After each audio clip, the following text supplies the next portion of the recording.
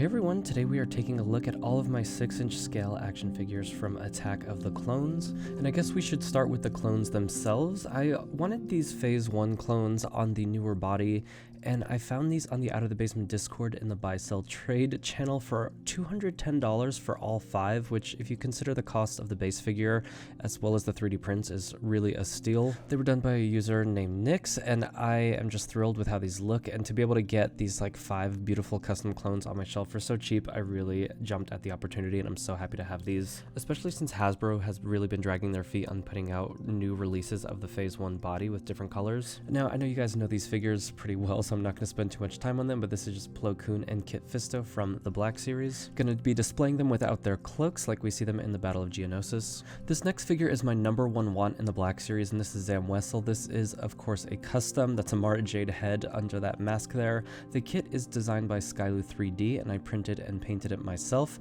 This was a really tricky one, and a lot of the pieces have sort of broken, and I just really can't play with this figure or, pose it around at all. So I'd really love an official Black Series release, but in the meantime, this is a nice concept to have on the shelf. And utilizing the Omega figure from the Bad Batch, I was able to make this custom Kid Boba with a head sculpt from Nuno. I love the way this looks. I'm surprised that Hasbro hasn't done it yet. I think this body totally works. A new sculpt would be nice, but it's not necessary. So maybe with the upcoming Jango Fett, maybe we'll see them give some attention to young Boba here. And while I can't wait to get the new Black Series Jango as well, I am pretty happy with how this custom head sculpt, also by Nuno, looks. I do have the Fett clone sculpt for this, but I love that he has his flight gear headset on. I think they nailed the likeness here, and this head sculpt on the new body is just going to be incredible. I was lucky enough to see the new Jango Fett in person at San Diego Comic-Con, and y'all have a lot to look forward to. It's a very nice looking figure. Tonway's here!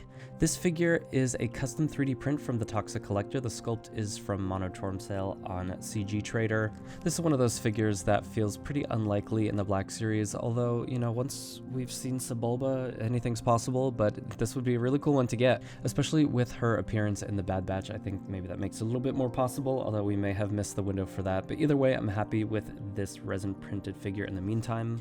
I painted this Coleman Treadwear figure myself. The head and neck and hands are 3D printed from Scotticus Customs, and it's designed to fit under the neck of the Mace Windu figure. This is such a unique looking character, and I really wanted to build out my Battle of Geonosis, because Attack of the Clones and Phantom Menace are 2 of my favorite movies, just the ones that I have the most nostalgia for. I was at the midnight premiere for Attack of the Clones when I was just 12, and so anything from that movie has a place in my heart. And because this is on the Mace Windu body and doesn't have any additional paint on the body itself, you can pose it around as you would a normal figure. There's even some articulation built into the wrists, which is really cool. And this Kiari Mundi figure, I know y'all have seen before. I did do some pastel work, so I took some crushed up pastels and used a paintbrush to fill in the little spots around his head and a little bit of red around his eyes, just to bring the figure to life slightly. I think I did a little bit of gray on the beard, but you can barely see it. This next figure, I commissioned this sculpt from the Glowing Ghost on Instagram, and this was made available on my Patreon. It's still up if you are interested in downloading and resin printing this file. There's not a lot of articulation here because it's just not really practical with resin printed or painted figures,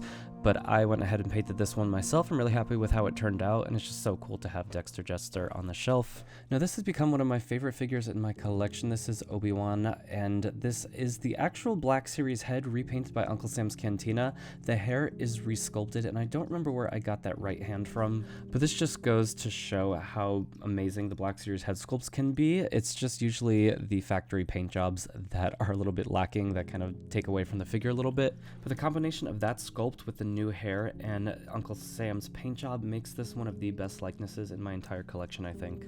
This is Fett Clone's interpretation of Padme, and although I think it's a really nice looking sculpt, I feel like the makeup's a little bit heavy. I feel like she's kind of going to a movie premiere rather than going into battle, but it is a nice addition on the shelf, and it does look nice from far away, just having those features emphasized a little bit more.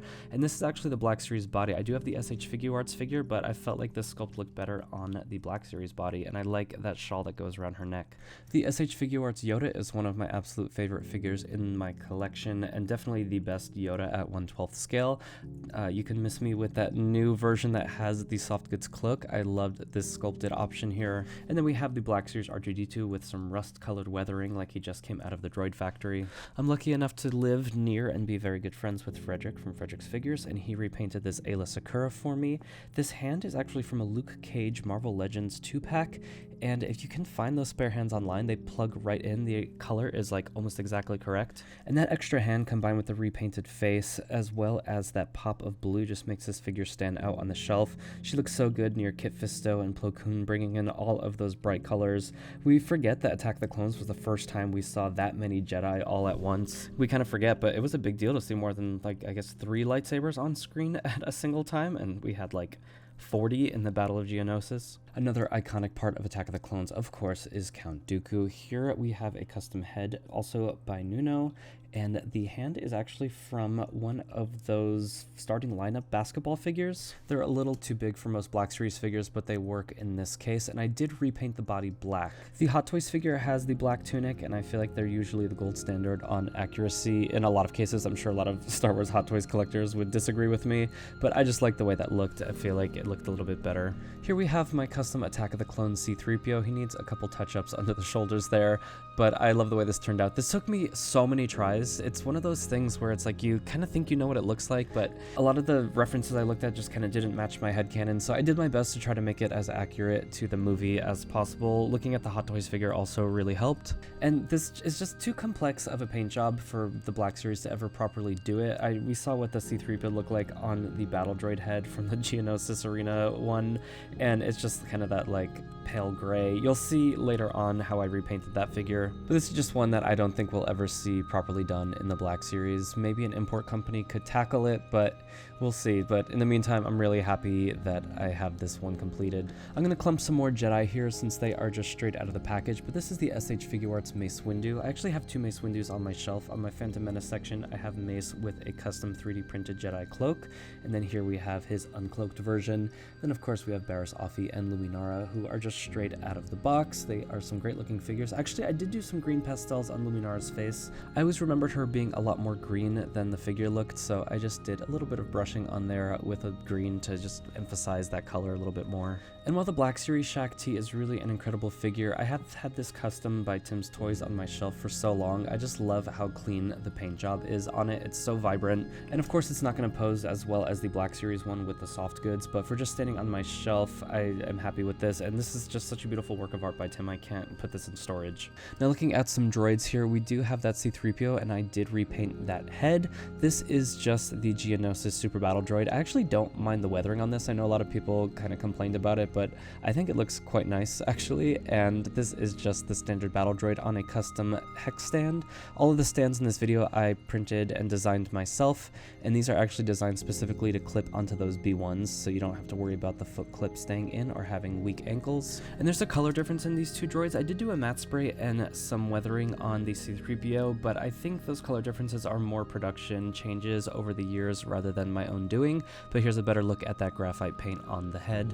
So we actually are going to go over to my closet now because I forgot to film this when I was filming the rest of the content, but this is my custom Anakin. This is the SH Figuarts body with a head by Nuno, the same person that did my Count Dooku head and the Jango and Boba Fett heads. And then over here we have the Bodhi Taylor version of the Clone Trooper. So this is the actor that we see in a lot of the shots on Kamino rather than Tamara Morrison, and this head is by Fett Clone. And I showed this off in a previous video, but these are the shelves above my work desk where I do some painting. Almost everything here was designed by me and on my Patreon. I did these Geonosis columns and that little structure there where the Super Battle Droid is, but these creatures are actually from CG Trader. I resin printed them. I painted the Reek and the Acklay on the left and right, but the Nexu was actually painted for me by Tim's Toys. These creatures were so iconic to me when I was growing up. I had some of the 3.75 inch toys, and so knowing that I could bring these to the Black Series scale, I just had to go for it. It would be cool to see those brought to the Black Series someday, but it would probably have to be a HasLab.